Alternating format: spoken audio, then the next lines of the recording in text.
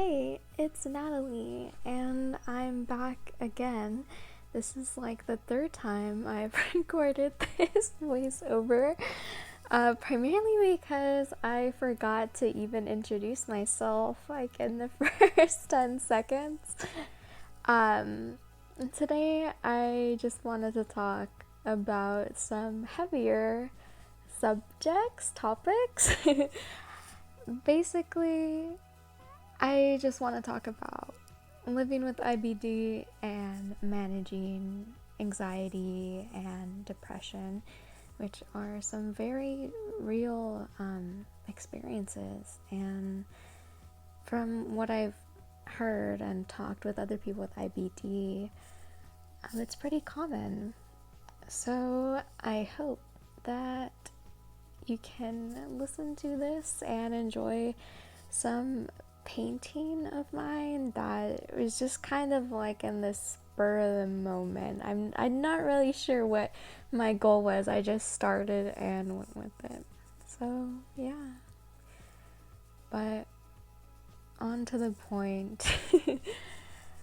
I've been feeling really like isolated lately, and it's been reminding me of how I felt like in high school. If you watch my last video, I talked a little bit about it felt really strange to be younger and have IBD because you start feeling so alone. And when you try to talk to people about it, it's not that they don't want to listen, but it's difficult for them to understand. I think it's difficult for someone who is able to understand what it's like to be disabled. This quarter was really difficult for me at school. I was definitely depressed and anxious all the time, and I felt bad most days because I felt like I wasn't doing enough sometimes. Like, I think sometimes when you're disabled and you see everyone around you doing such crazy things, or amazing things, you want to do that. And it's hard sometimes because you want to do so much and you have so much potential, but you can't ultimately use it all because of your disability. And I'm one of those people who likes to believe that I would never let my disability define me, but it's ultimately a part of me. And I'm also one of those people who wants to do everything, and I want to save the world and become a millionaire. Well, I don't know about that, but I want to do all this stuff, and sometimes I forget to slow down, and it just leads me to a spiral of just sadness and anxiousness. And that's what happened, and I just wanted to bring attention to that you're not alone in those feelings. If I'm feeling those feelings, I am more than 100% sure there are other people out there. And if you're one of them and listening to me right now, I just want to offer some reassurance that if you were anything like me when I was younger, I used to think that things would never get better and that my IBD was going to take over my life entirely. And in spite of having a bad quarter, a bad couple weeks, it still hasn't taken over my life. I still came back. And I think sometimes when you're dealing with depression, it never feels like it's going to get better. And it never feels like anyone can understand you. It's kind of like you're like screaming at the world for just anyone to listen to you, and somehow no one can hear you and no one can see you because of your disability and the fact that it's invisible.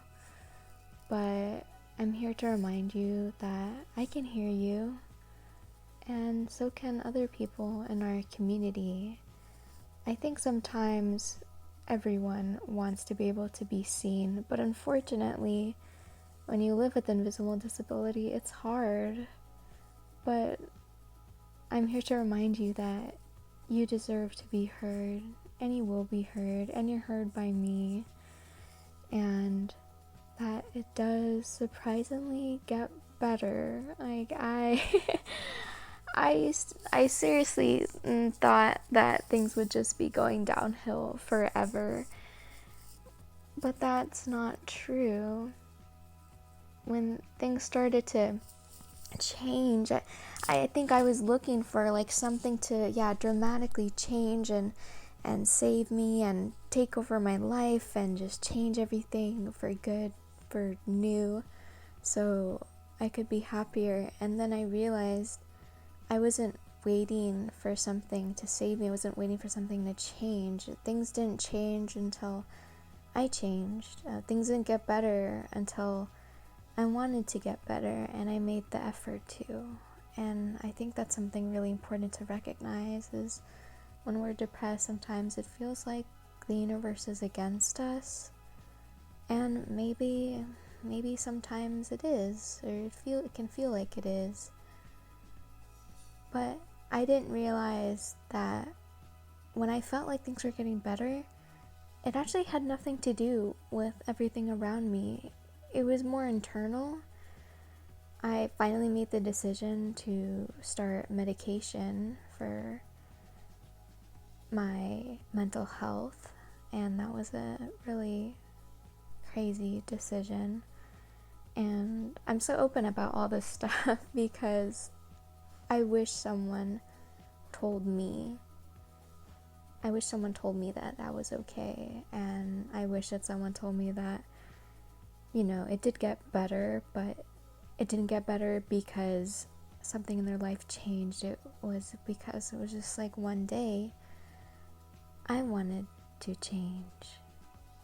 And so I guess I'm here to remind you all that if you're living with IBD right now and you're going through an episode like I just went through, that you don't have to be scared, and that things will, I don't want to repeat get better again, but that things are going to change, and you can let yourself have your moment. I think that's really important. Sometimes we think positivity is sucking it up and looking on the bright side, but I hate the bright side. I want to be angry, I want to be sad, I want to be frustrated, and you deserve to feel all those emotions. They're completely valid, and I think it's important to remind yourself that you are valid and you're not crazy, you're human. Those times where you cry and scream into your pillow or whatever your comfort may be, those are all valid. And it's okay to let yourself be sad until you want to be happy again, because you have control over that.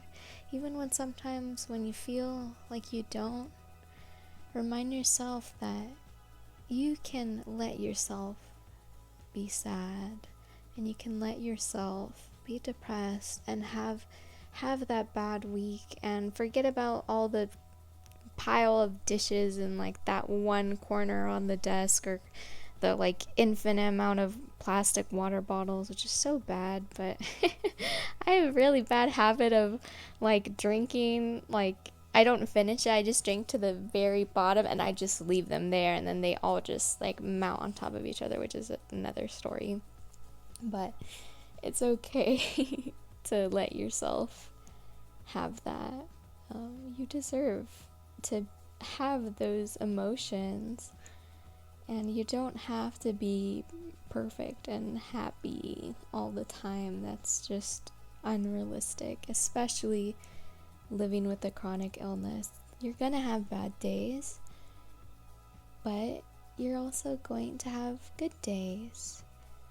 I have this one strategy whenever I'm sad, and I call it blinking. And maybe it's an actual thing. I'm not sure. Maybe I heard it from somewhere else. And when I get upset, sometimes I just tell myself, I'm going to blink right now. And when I open my eyes again, I'm going to fast forward 2 weeks into the future. And I'm going to be eating some Kit Kats or something like that. And I'm going to have a good day. And that changed my life. Like telling myself, the present right now, that's not permanent. It's gonna change eventually. And after struggling like this past week with feeling like when I was having really bad joint pains or felt really sick, like those things, it was never going to change, or that I was gonna be stuck here forever in just this like infinite pool of just like feeling just in pain. And then I reminded myself that that was going to change and I was going to wake up better someday. And then I did. So I hope that offers some kind of consoling factor or something like that, because it definitely helps me. And yeah, I don't know. Maybe this painting is how I've been feeling lately. Very colorful. But I hope to see you all very, very soon.